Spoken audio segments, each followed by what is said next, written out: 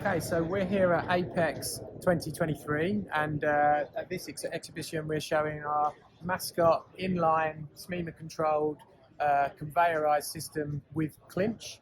So it's our standard Mascot system with one carousel and one pick-to-light DPL array.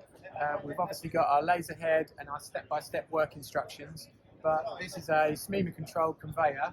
And the operators would stand at the workstation. They would pick the part from where the pick-to-light is telling them to. They'd pick the part, and the laser would be indicating where this part needs to go.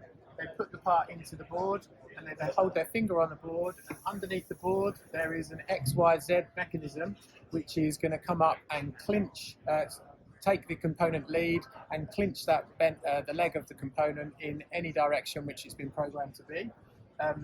Now the next step, the operator would take a part from this carousel. So they take this resistor, they can see where the part needs to go.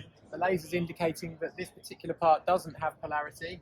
I'd put the part in, and again, underneath the board, once stepping on the foot pedal, the clinch pin would come up and clinch the component leg. Once the assembly is complete, the board will move on down the line,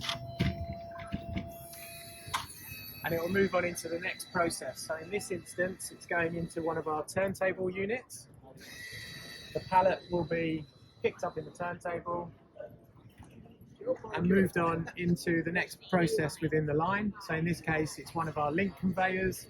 This particular link conveyor is angled, so if it were to be going into a wave solder machine or something like that, we also have speed control on the conveyor, so we can match the speed of the different machines which are on either side of the conveyor. So if the wave was running at a slower speed, we can match that speed as the pallet moves up.